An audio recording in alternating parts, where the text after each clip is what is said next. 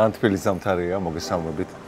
აი შემთხვევით ახლა გამოვიარე ბათუმში და როგორც ხდება ხოლმე, მეგობარს გადავეყარე ირმა ზოიძეს და დიდი სიამოვნებით ნივირთვი მასთან ერთად ყავა, თუმცა ამჟამად მივგზავრებით თბილისში და ჩემი გადაცემის სტუმარი იქნება მე ასე ვიტყოდი დიდი ქართველი ნონა გაფრინდაშვილი.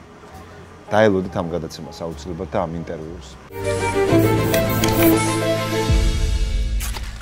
მოგესალმებით, ქალბატონო. ეს მოგესალმებით. ცოტა გამიჭირდებოდა წარმოდგენა, რომ წლის შემაჯამებელი გადაცემა მექნებოდა თქვენთან. ეს ძალიან დიდი პატივია ჩემთვის, ჩემი ჯგუფისთვის, აჭარის საზოგადოებრივი მაუწყებლისთვის და ძალიან დიდი მადლობა, რომ დღეს ჩვენთან ერთად ხართ საახალწლო გადაცემაში. ბათუმთან უკვე კიდევ თავიდანაც ხომ აკავშირებდა, ეხლა მაგაზე გეტყვით და ეხლა კიდევ იმდენი რაღაცა დაემატა, რომ დიახ. კერძოდ ჯერ ერთ კომპანიასთან ასე ვთქვათ. დიახ. ხელშეკრულება. სახე ხართ ერთ-ერთი სამშენებლო კომპანიის. და მაგაზე ვილაპარაკებთ, ხო? მე უკვე მოყრები გავხდით, ასე ვთქვათ, ბათუმის შესანიშნავი ოჯახის. თქვენი კარიერა დაიწყო. ჩემი კარიერას დაიწყო ბათუმიდან და რატომ მაგას მომყვები რა? იმიტომ რომ კაცმა არ იცის, იქ რო არ მომხვედრილიყავი, იმ დროს მე გავაგზავნებდი თუ არა, ვითამაშებდი თუ არა ჭარბს, ყველაფერს თამაშობდი აბსოლუტურად. რა შემთხვევაზე გაქვთ საუბარი ძალიან რა შემთხვევაზე მაგზა? მე რო დავიბადე 51 წელს, ხო? 4 ძმა მყავდა უფროსი. ხა ზუგდიდში დავიბადე და ხო იცით რაიონული ცენტრი იყო მაშინ, ზუგდიდი კი იყო ძირითადი იმ კუთხეში, მაგრამ მთელ ქუჩაზე, ორსართულიანი სახლები იყო, ესე იგი, მთელი ქუჩა ერთმანეთ მეზობელი იყო. თუ რამე ხდებოდა ერთში, ყველა იკრიბებოდა იქ. და ჩვენ მქონდა ფეხბურთის ბურთი, პატარა ბილიარდი, ჭაზე გადადებდით ბიჭები და იმ პატარა ბილიარდზე თამაშობდით, პინგ-პონგის მაგი და ყველაფერი მქონდა და სულ მაგ ბიჭებთან ვიყავი გარეული და ვთამაშობდი. ერთადერთი უფროსი ძმა იყო, რომელიც წიგნებში იყო ჩართული. მე ხოწებოდა, მოდი დაგვრჩა გამეცადინებოდი და კარგად თამაშობდა ჭადრაკს.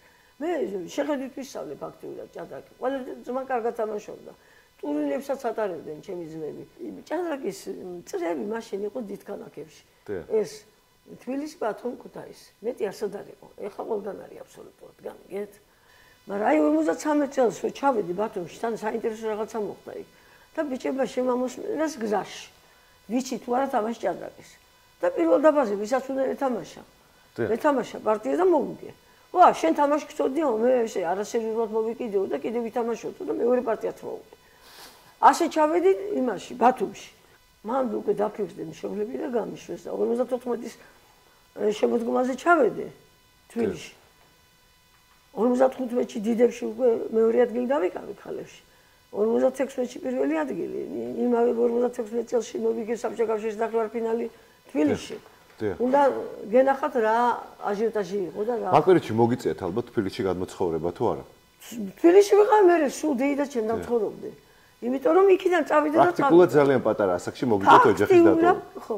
ოჯახში ხა დეიდა იყო მკვიდრი და მაგრამ მაინც მე ჩემი ძმები ჩამოდიოდნენ ყოველ წელიწადში ერთი უმაღლესი აბარებდა და ნელა ყველანი გადმოვიდა და მე პენსიონერი ისეთ რა არის ქალბატონო რა ის რომ 4 უფროსი ძმა ყავდათ ამა თქვენს ხასიათზე გარკვეულწილად იმოქმედა განაპირობა თქვენი ხასიათი ჩემი ხასიათი განაპირობა იმას რომ მე სულ ბრძოლაში ვიყავი იმასთან ერთად თამაშობდი იმას რაც მე მსიამოვნებდა და ხო გეუბნებით რომ რაც არ მსიამოვნებდა იმას ვერ გამაკეთებინებდა ვერავინ ესე კაცებთან რომ დავიწყე ჭადრაკის თამაში, თავიდან ცუდად უღურებდნენ ქალების თამაშს. და გითხრა და ქონდათ მიზეზი რა.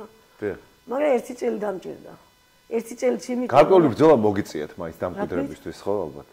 მაშინ სხვადასხვაის წოდებების მიხედვით იყო ძალიან ძნელი. დიახ. და ალბათ კარგიც იყო ეგ. კარგიც იყო. ნებისმიერი აი იგივე კანდიდატის პიროვნებას წარმოადგენდა თავისაგან. მარტო კი არა დიდ ოსტატი და თუ არა. თქვენ წარმოიდგინეთ, რომ ეთამაშები საერთაშორისო ოსტატებს და დიდ ოსტატებს უცბად და პატარა გოგოს ეთამაშებიან.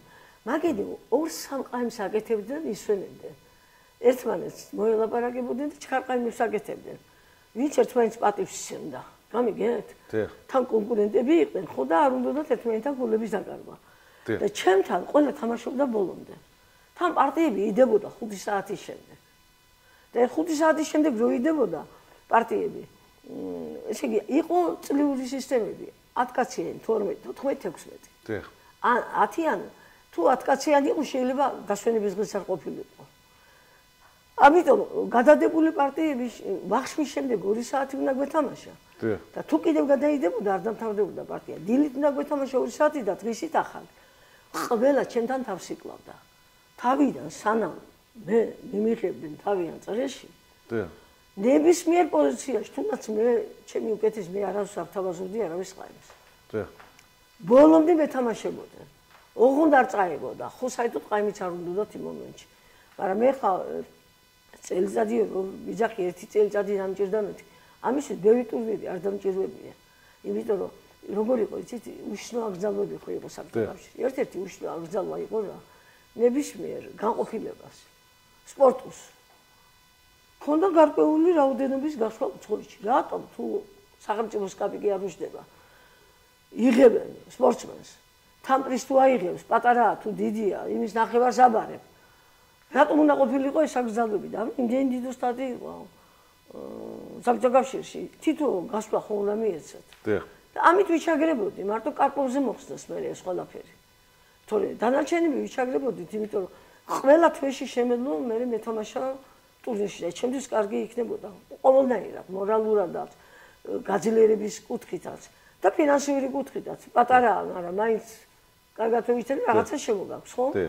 ხო და ამიტომ ვიძახი რომ ერთი წელიწადი დამჭირდა იმისათვის რომ მივიღე თავიანთ წრეში. იმ შემდეგ ამიადლურდა რა თქმა უნდა. მიუხედავად იმისა, რომ ბავშვობა ზუგდიდში გაქვთ გატარებული, მე მგონი მეგრული გვარი არ არის გაფრინდაშვილი. არა, მეგრული გვარი არა, გაფრინდაშვილები ცხოვრობენ შუქრუთში. და შუქრუთში ნამყოფი ვარ ორჯერ. 5 წლის ასაკში, როცა წამიყვანეს ერთხელ. მე ხა 5 წლის ასაკში რა უნდა და გამახსოვდეს ასეთი, მაგრამ ყოველ შემთხვევაში 5 წლის ასაკში ვარ ნამყოფი. და მე ვიყავი როცა მსოფლიოს ჩემპიონი გავხდი რეგიონებში მიწევდნენ და ჭიათურაში ჩავედი, მაშინ მოხდი შუქრეთში და იმერეთში ესე იგი. იმერეთში. იმერული გვარი. ეხლა რა არის? მამაჩემი არის ჩასიძებული ესე იგი დედა გრიგოლიას ქალი, ბებია ბოგუჩავა და ეს ყველა მეგრელები. ყველანი ვარ დაბადებული უფროსია ფოთში დაბადებული და ანჩენ ყველა ვარ დაბადებული ზუგდიდში. მე ბოლო მშობლებმა რო ვიფიქრე ჩემ შემდეგ კიდევ გოგო იქნებოდა, აი ეს ბოლო დაიბადა ასე ვთქვათ თბილისში. ყველა მოკლედ დანარჩენი 4 ძმა და 5 ადამიანი ვარ დაბადებული ზუგდიდში. და მაშინ მეგრულად ლაპარაკობდით რა, მთლიანად. მამაჩემის მკვიდრი ძმა პლატონი. ასე ერქვა სახელი. იყო მიხაილ საავადმყოფო მთავარი ექიმის მოადგილე და ის გიჟდებოდა. რატომ ხარ თქვენ მეგრელებიო? ჩვენ ახლა ქართველობაზე კი ვდებდით თავზე რაღაცას და აი ეს კუთხურობას ცოტა ნაკლები მას ასე არ ვაღიზიანებდით არავის და ამაზე არ ვლაპარაკობდით. უბრალოდ მეგრულ ლაპარაკს ახლა საზოგადოებაში ხარ დაიწყებ თბილისში ნელა რო ჩამოხვალ და რაღაცა იქ უკვე გადავედით რა თქმა უნდა ქართულზე. მე და ჩემი ძმა ახლა რომელიც ცოცხალია ჩემთან ერთად, ჩემზე უფროსია, ის 99 წლის არის. ხშირად ხდებოდი და პლატონი ნათესაებში რო გადიოდა. მივყავდით ხოლმე ჩვენც როცა ვიყავით საშუალება როცა იყო ამისი. თბილისში რო ვიყავი. და რაღაც მომენტში ეთყოდა. უმარელი ისლებოდა ყველგან, ხო იცით როგორც არის და აბადექი და თქვი რო ხარ იმერელი. ადგებოდა ვარ მეგრელიო იტყოდა. გიჟდებოდა და ის იყო სულთა იმერელი რა და აი ასეთი მსოფლიო ჩემპიონი რო გავხდი, ჩავედი ჭიათურაში, შეხვედრა მომიწყეს და შემდეგ აღმოჩნდა რომ შუქრუთშია პურმარილი. ჩავედი შუქრუთში. ნუ სანამ ღვინოს დალებდნენ, წყნარად იყო ყველა, მაგრამ ღვინო რო დაელია, ერთ-ერთი ადგა და მეუბნება რატომ ამბობენ შენზე მეგრელი ხარ. შვიდად მივიღე ძალიან და უთხარი ის, რაც სინამდვილეში ხდებოდა და უთხარი ისიც მე უთხარი რომ ჩავდივარ ძღოეთში. ჟურნალისტი მალებს ასეთ კითხვებს, ვინც ინტერვიუს იღებს, საიდან ახალ? მეუბნები საქართველოსდან, აინტერესებს საქართველო, უნდა უთხრა რაც წარმოადგენ. საცხოვრობ თბილისში, აინტერესებს თბილისში, უნდა უთხრა. თუ პროგრამად შედიან, მე უთხარი, მეკითხებიან, სად დავიბადე? მეუბნები ზუგდიდში, ხო უნდა უთხრა ზუგდიდში, რაც არავინ მეკითხება, მე უთხარი ბაბაჭირი სად დაიბადე? და უნდა გითხრათ რომ დაწყდარდა სიტუაცია. ჩემთვის მთავარი იყო წამოჩენილიყო საქართველო, გამიგეთ? იქ არ იყო კუთხურობაზე ლაპარაკი და რაღაცა, ეს იყო მნიშვნელოვანი რა. ქავტონონა ყველაზე დიდ მიღწევა ცხოვრებაში რა მიგაჩნია? თქვენს პირად მიღწევა. ჩემ პირად მიღწევა, რა თქმა უნდა, ახლა მსოფლიო ჩემპიონობა ისეთი რაღაცაა. ну, ამაზე ორი აზრი არ არსებობს და მე როგორ დამავიწყდება ის რა ხდებოდა თბილისში. საქმე რაში ეცი. როდესაც გახდეთ მსოფლიო ჩემპიონი. მე მეამაყება ჩემი თაობის, პირდაპირ ვიტყვი. სასწაული თაობა იყო. ჩვენ როგორც არ უნდა და რაღაცეებისთვის დავგმოთ საბჭოთა კავშირი და რაღაცა საქართველოს გამოირჩეოდა. და თქვენ წარმოიდგინეთ საქართველოში მარტო სპორტი არა. ნებისმიერი სფერო იმ თაობაში ისე იყო მაღალ დონეზე. მე ჩვენი კულტურა ბრენდი. ჩვენი სიმღერები და ცეკვები, ხო? ყველა ღონისძიება თუ რამე ტარდებოდა მსოფლიოში. ყველა ღონისძიებაზე რესპუბლიკებს აბერდნენ თითო კვირას. წარმოიჩინა თავიანთი თავი. და მე ბევრ კულტურის დღეებში მონაწილეობა მიმიღია. და თქვენ წარმოიდგინეთ, რომ ყველა ასეთ ღონისძიებას ხორავდა საქართველო. ამ თავისი კულტურის გამო. მთელი თქვენი ცნობიერი ცხოვრება მოგზაურობთ და გაქვთ უამრავიერებთან შეხება. თქვენ რას ფიქრობთ, ყველაზე მეტად რით გამსხვავდებით ჩვენ სხვა ერებისგან? რა კულტურის ხალხი ვართ საერთოდ თქვენ? ჩვენ კულტურა გვაქვს უბრალოდ ძალიან დიდი რა. მაგალითად ჩვენთან რო ტურნირები ტარდება და იმის გახსნა და დახურვა. თუნდაც სულ მოკლე იყოს. კაცილებით შამიშტავია ვიდრე ყველა სხვა ქვეყანაში რა. ჩემი წვლილი მე მეჩნია რაში.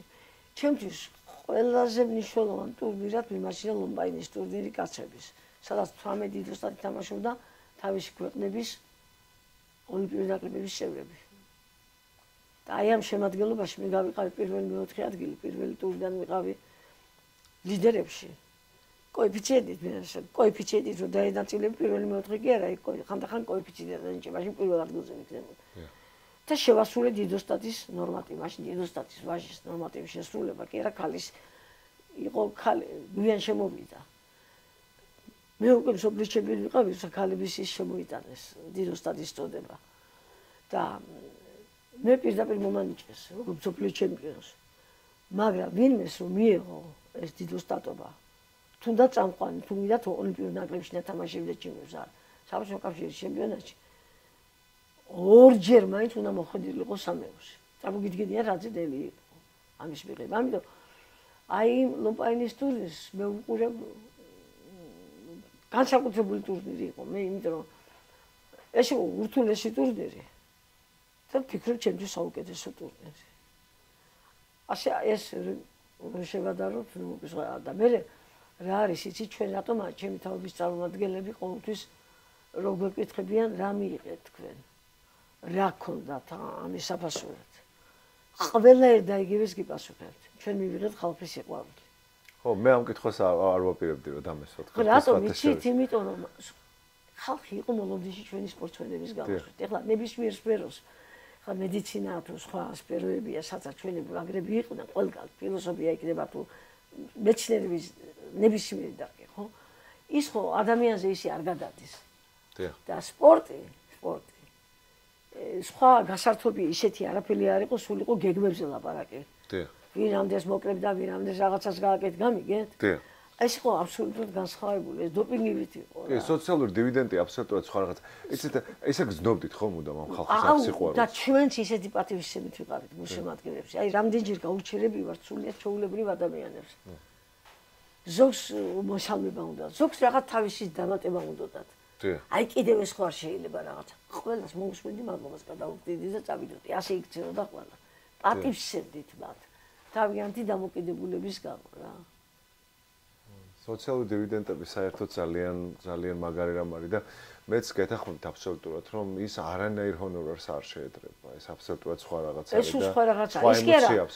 დღეს რო გავიდე მე ჭავჭავაიას პროსპექტზე, ხო იცი რამდენი სურათი ვიღებ.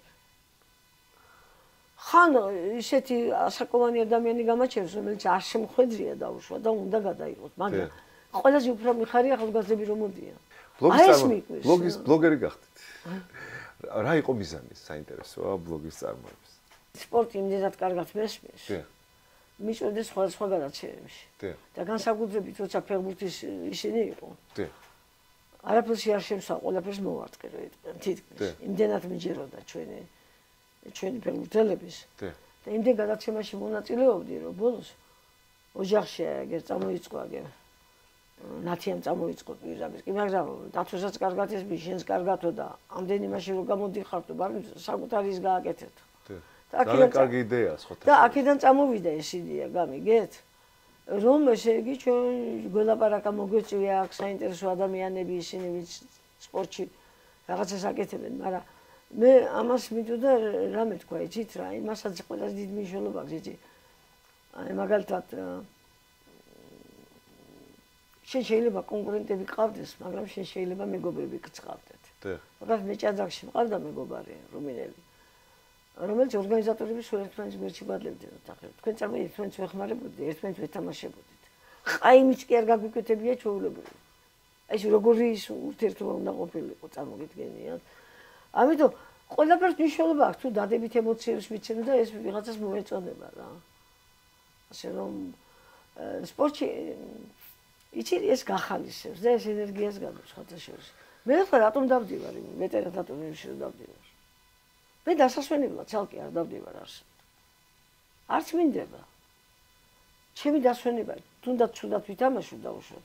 ხანდახან ხდება რომ არ გამოგდის თამაში. იმ სამყაროში იმ დადებით ემოციებს ვიღებ. რომელიც მე მიხარჯლება სიცოცხლეს.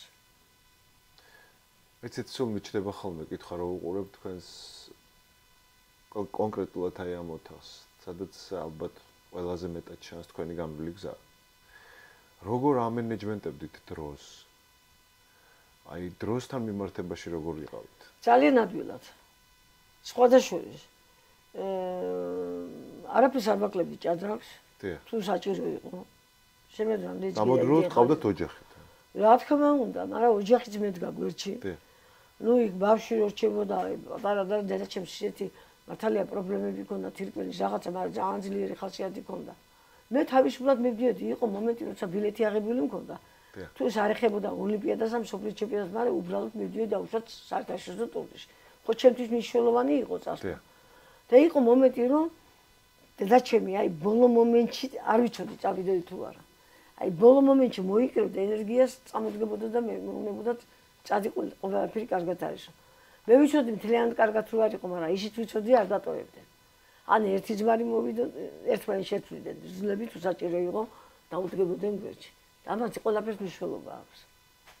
და მე ამაში მე მეხმარებოდა მე ჩემი მაინდერული სისტემა და ჩემი ხასიათიც. ой, მაგარია. რატომ და თქვენ წარმოიდგინეთ ახლა დღეს 83 სასახში მე რამდენი სტრესული მდგომარეობა მაქვს გამოვლენილი. რაც არ უნდა მაგარი იყო ყველაფერში. სტრესს მაინც ვერაცდები. არის ისეთი სიტუაციები რომ ვერაცდები. ვის გავხართ ქალბატონო ნამხასიათი? ჩემ თავს. ამაში მე ვერავის ვერ შევადარებ სხვას. ესე იგი და ესე იგი ძილის წამალი ერთი ტაბლეტიც არ მაქვს დალევა. რას ლაპარაკობთ? თუ არ დამეძებოდნენ მთელი ღამე ადამიანს აქვს და რესურსები. ჩაულები ვითომ ყველაფერი კარგად იყო. თვალს დამხუჭავდი უბრალოდ და ისე ვისვენებდი მაშინ. მაინც დავიჯინებდი 1-2-3 საათი, გამიგეთ? მაგრამ ჩემთვის ერთადერთი ყველაზე ძნელი ასატანი რა არის, იცით, როცა სპორტში ხარ?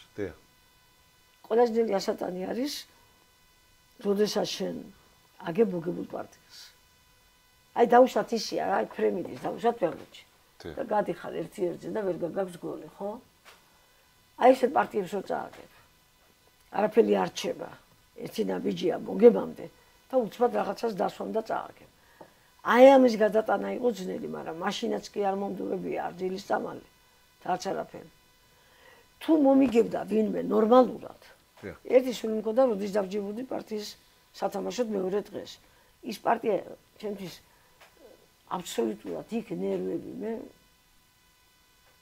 ისე ხარჯვა არ მქონდა ნერვების როგორც აი მოგებული პარტიების გაფუჭების. გავიგეთ? თუ სპორტია, შეყოველთვის ვერ მოიგე პარტიას. ხან ვარიანტში დაგიჭერენ, ხან რაღაცა ხდება, ხან უბრალოდ რაღაც მაგალითად ორი სუპერ ტურნირი მაქვს მოგებული. ერთი აი ლიგის ტურნირები როა ახლა. დიაჩკა ბანიაში მახსოვს ხელი მოვაწერე ჩემ მეუღლესთან ერთად და ერთად წავედით დიაჩკა ბანიაში. დიაჩკა ბანია ეს არის ადგილი, სადაც მე პრეტენდენტობა მოვიპოვე. და იქ ლაზარევიჩი მყავდა ერთ-ერთი კონკურენტი, სხვადასხვა საბჭოთა მოჭადრაკეებთან ერთად. ძალიან ლამაზი ქალი, კარგი ჟურნალისტი, კარგი მოჭადრაკე. მეტი რა, ისტორია უყვარდა და მახსოვს აინტერესებდა დიუმასის და მე წიგნი ვაჩუქე მას, დიუმას დაწერილი ჩვენს როცა მოიარა ეს კავკასია. კავკასია კი, მამაჯიუმა. ესე იგი ისტორია უყვარდა და კარგი ჟურნალისტი იცი და ერთმანეთს მეთამაშე კონკურენტი იყო, იქ ფანტასტიკური პარტია მოუგე მაგაზე, იმ პარტიებს ათამაშებდნენ შეხვედრებზე. როცა მე რამოდენიმე სხვა მეფით გავაკეთე და იქ მჯდომარე დიდოსტატი მწვრთნელები ჩვენი მოჭადრაკეების საბჭოთა კავშირიდან წასული. თითო მეფის გვაზე თითო წოდებას მანიჭებდნენ რა დარბაზში თურმე. სასაული პარტია იყო უბრალოდ.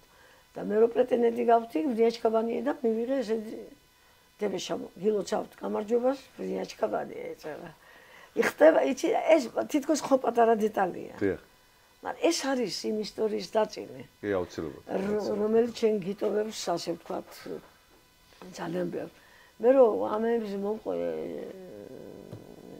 იმდენი ისტორიაში. ან შეიძლება ხა დაუსვა ადამიანს რომ ცხოვრობ თელი ცხოვრება დღესასწაული, კიდე გამომდინარე რომ საახალწლო ეთერია, მაინც მინდა გკითხოთ. რაიმე განსაკუთრებული ტრადიცია გაკავშირებთ საახალწლო. ახალწლის დღეებთან, ახალ წელთან ზოგადად. მე თქვენ გეტყვით რომ როცა ახალგაზრდა ვიყავი, ახალ წელს მეც მიხარობდა ძალიან. დიახ. ჩვენთან მაგალითად ვერ დაკეტავდი კარს და ვერ დაწვევდი დასაძინებლად. იმიტომ რომ პირველ საათზე, 2 საათზე, 3 საათზე ამდენი ნათესაობა რომ ყავდა. ხან ვინ მოდიოდა, მოდი სულ მიმოსვლა იყო. პანდემიამ ხელი უკვე ძალიან დაასამარა ეს ყველაფერი. მაგრამ პანდემიამდე ამ სიტუაციებმა კიდევ ადრეულმა კიდევ შეცვალა ვითარება. გამიგეთ? და მერე უკვე აი ეს ლაღი რაც იყო, აი რასაც მე ვლაპარაკობ. ეს რომ მორჩა, უკვე ძალიან ჩვეულებრივად უყურებ დღესასწაულებს. პირდაპირ ვამბობ რა. თან იმასაც ვფიქრობ რა, ახალი წელი და დაბადების დღე წელი მემატება, მეტი რა. ხორმაგდება რა. თქვენი თაობა იყო ძალიან მაგარი თაობა. და სხვა კულტურა ქონდა. მე ამაყებენ და ჩვენ ხო ამით ცხოვრობდით. არ იყო არაფერი სხვა გასართობი რაღაცეები. ხო, ინტერაქციას კომუნიკაციას ურთიერთობები იყო ხო? გეუნებით იმდენმა დაიწყო ჭადრაკის თამაში, მე როგორც გადმომცემდნენ. ორგანიზაციებში შესვენებაზე არ გადიოდნენ ჭადრაკს თამაშობდნენ. და ყველა ტურნირი რომელიც ტარდებოდა ან რუსთავის თეატრში, ან რუსთავის საკონცერტოში, ან ჭადრაკის სასახლეში. ეხლა რეაბილიტაცია მიდის ის სცენა და ის დარბაზიც მოყვანილი იქნება, წერტილშიც გაკეთდება. იქ ტარდებოდა, გამიგე დიდ ტურნირებში. ტევა არ იყო. და ხალხს გარეთ უჩვენებდნენ დიდ იმებზე, დაფები გაქონდათ და პარტიებს. მე რომ მატჩებს თამაშობდი, ჩემი ერთ-ერთი ძმა გადმოცემდა იქიდან სულებს და ყველა ამ დიდ ქალაქებში იყო ჩვენებები ჭადრაკის პარტიების. მეტი ინტერესი რა უნდა იყოს. ეს რო იცი, ხო ყველაფერს აკეთებ იმისათვის, რომ შენ სიმაღლეზე იყო და არაფერი არ მოაკლო შენს იმას, ასე ვთქვათ, არ მოაკლო ენერგია, კონცენტრაცია და არაფერი იმას ასას აკეთებ იმისათვის, რომ ხალხი გაახარო. ჩვენ ერთმანეთს ვცემდით პარტიას. აი, ერთ მაგალითს მოგიყვანს. რიგაში ვარ და შესვენების დღეა და ვიცი რომ ჩამოსულია რომა რურუა. ჭიდაობა საბჭოთა კავშირის ფინალი. არ წავიდოდი სანახავად, წავედი. მარტო ფეხბურთი არ დავდიოდი. დიახ. და რომ მივედი. რომა რურუამ პირველი ერთი გააკეთე და მოწინააღმდეგე ჩაუთვალდა, სულ გარბოდა ის გარეთ. ხალიჩის გარეთ. გაექცეოდა, შემოათრევდა ის, გაიქცეოდა და ერთი საჯი ისე საჯობდა რომ ჯემ საჯების გამო რამდენი ისაა დაკარგული ჩვენ სპორტსმენებს. საჯი არადლებდა შენიშვნებს. შემოათრია მაინც ბოლოს და მაინც მოიგო ის შეხვედრა. რო გამოვიდა, მოიხედა და სადავარო თქვა. წარმოგიდგენია? ის იმდენად იყო ჩართული და იმდენად გაგიჟებული რომ ესე იგი ამ საჯების დამოკიდებულები და ის როგორც მიდიოდა ეს შეჯიბრება რომ აი ესეთი სიტყვა თქვა. აი რამდენი ენერგია დახარჯული. დიახ. და ხოლმე მერე და მერე ნელა მიხვდა რომ საცაზე იყო და თაობათა სხვაობაზე შეიძლება ვისაუბროთ ძალიან ბევრი, მაგრამ თქვენ ასევე აღარ მახსოვს დათომ თუ თქვენ აღნიშნეთ რომ ახალგაზრდა ფეხბურთელები ჩვენი ახალგაზრდა ნაკრები მაგალითად როგორი კომუნიკაცია აქვს და როგორი ყობიან ერთმანეთს, მაგრამ ახალ თაობაზე რას ფიქრობთ? თქვენი აზრი მაინტერესებს ახალგაზრდები. იმას ფიქრობ, რომ დღევანდელი ახალგაზრდა თაობა არის კონცენტრირებული განსხვავებით წინამორბედებისგან. აბსოლუტურად კონცენტრირებულია თავის საქმეში, კაი მაგალითები გაჩნდა. საცა წარმატებულია სახეობა, ახალგაზრდები იქ მიდიან. და ფეხბურთში ნაკლები მიდიოდა ბოლო დროს ახალგაზრდა. და თქვენ წარმოიდგინეთ, ხვიჩა რო გამოჩნდა და უცბად ერთ წელიწადში ყველაფერს მიაღწია. თავის გუნდში გახდა ლიდერი, საუკეთესო ფეხბურთელი. თანაც ოქროს ბურთის მაძიებლებში ათეულში შევიდა. და როგორც ახალგაზრდამ კიდევ პრიზი აიღო. წარმოგიდგენთ, იქ ხოლ საუკეთესო პრიზი აიღო. შემოაბრუნა მთლიანად ფეხბურთისთვის ახალგაზრდები რა. ამას დაემატა ჩვენი სხვა იმედი გააჩინა. სხვა იმედი გააჩინა და უკვე იხვეწებიან რეკავენ ჩვენთანაც ამ დიდმა ხوار დაგვეხმარებით წრეებში. წრეები არ ყოფნის უკვე ახალგაზრდების მიღებას.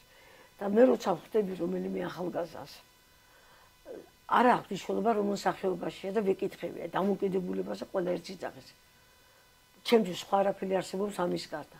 კაი მაგალითები აქვს. იციან რომ გახდებიან პოპულარულები თვითონ ოჯახისთვისაც კარს გააკეთებენ და ქვეყნისთვისაც კარს გააკეთებენ და ესაა მნიშვნელოვანი.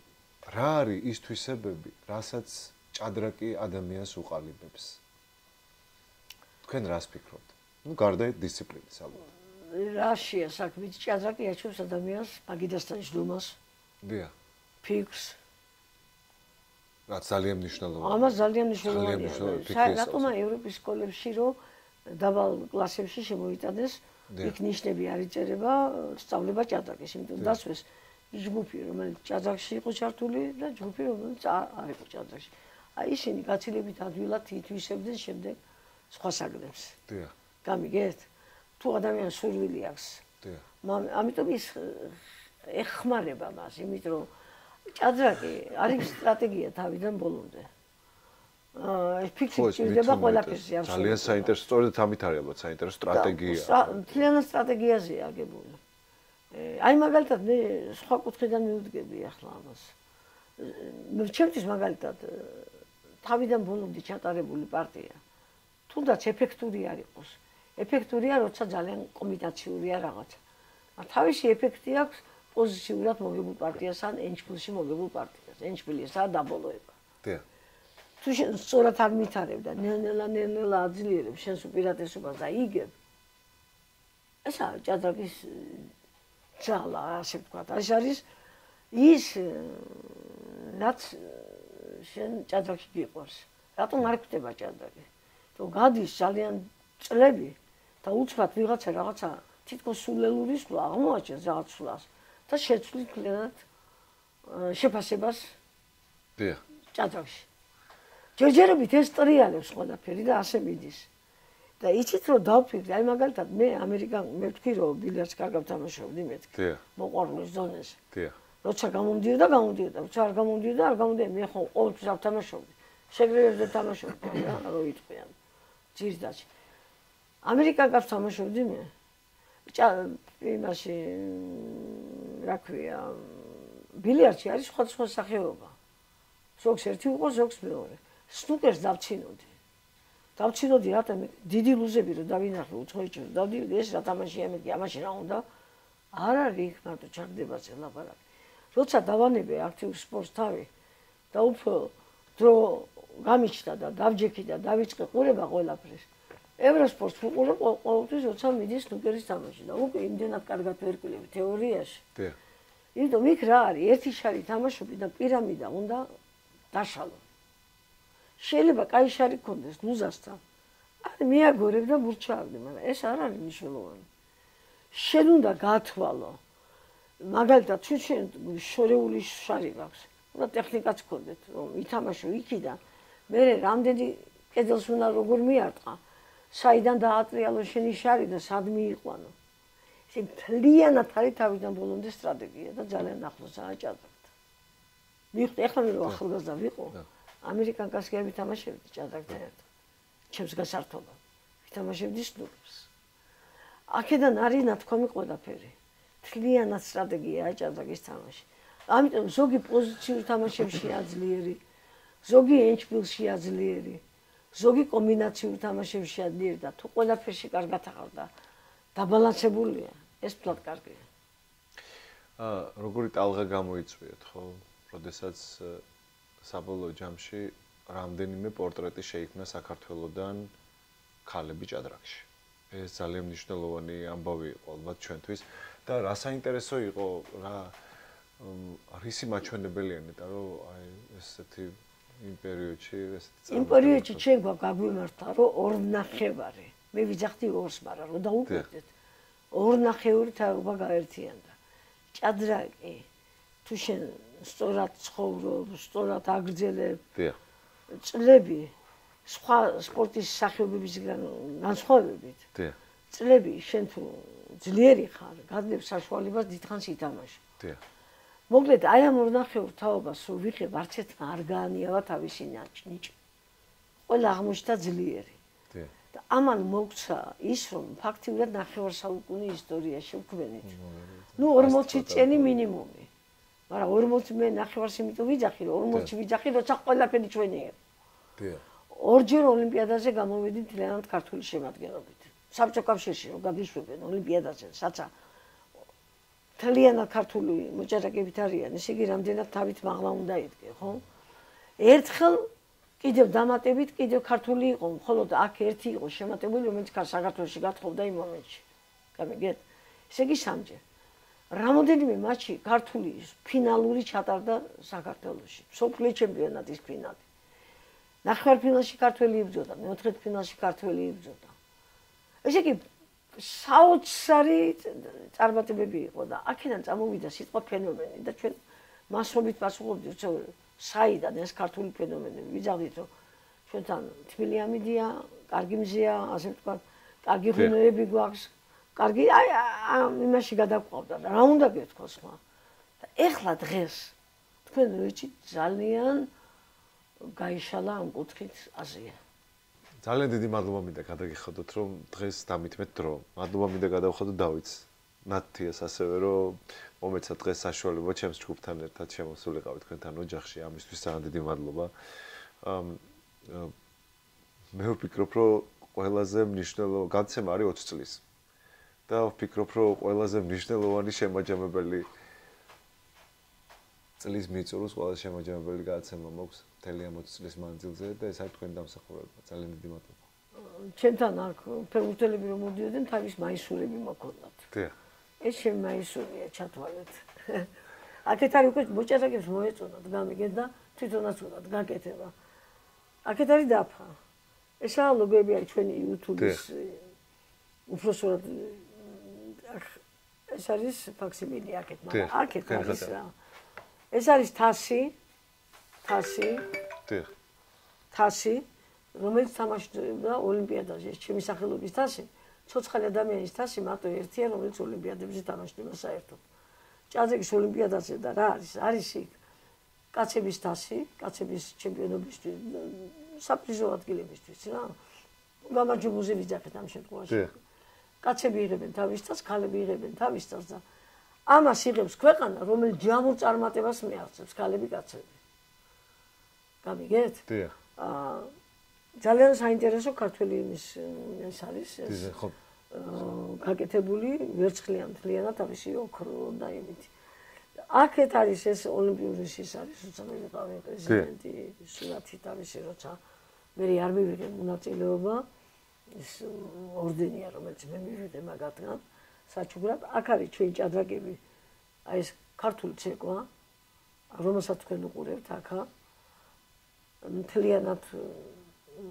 საჩეკვაო ისინი ასე ვთქვათ ნებისმიერი ფიგურა თავის ცეკვის ერთ-ერთ სახეობას აფიქსირებს რო იტყვი აქეთ არის ჭადრაკი ვეფხისტყაოსანი ეს აქ თქვენ ხედავთ ნიკო კეცხოველის ჭადრაკი დევს რომელიც გამომიგზავნა მე თავის ჯვირბაის ჭადრაკი საჩუქრად როცა მსოფლიო ჩემპიონი გავხდი პილოზნის ჭადრაკია და შიგნით ქაღალდი იყო ჭადრაკი რომელსაც ეწერა რომ ისტორიულად ქალებს მზითებში ატანდნენ ჭადრაკთან ერთად იმის ვეფხისტყაოსთან ერთად ჭადრაკზე ჩემგან საჩუქრად მიიღე ესო და აქედან მოგვივიდა იდეა რომ ჩვენს გაგვეკეთებინა ჭადრაკი სამწუხაროდ ეხლა არ აგვაქვს ამ ეხლა მზადდება ჭადრაკი იმიტომ რომ რომელიც გქონდა ის გაიხსნა ბათუმის ერთ-ერთ ოჯახში გაიყიდა ერთ-ერთ გამიგეთ ის ჭადრაკი იქ არის მე-17 საუკუნეში რა მოხატულობაც იყო როგორც წყალოდანზე გადმოტანილი უფრო პატარა ამასთან შედარებით გადმოტანილია ფიგურებზე. და აქედან არის გაერთიანებული ჭადრაკი და როგორც წყალს. აქ კიდევ არის ჩემი ამონარიდები. კარგი ფორმულა წარმატების და ესეთი რაღაცა. გამიგეთ? წლების მანძილზე გამოთქმული თქვენი გამოთქმული კარგი რამოდენიმე ამონარიდი და ეს ერთაში იმიტომ აჭერიებდნენ ხელმოწერას ვაკეთებდი უბრალოდ ყალბებს. და აქედან წამოვიდა ეს იდეა და ამის გაკეთების. ძალიან დიდი მადლობა ამ საჩუქრისთვის.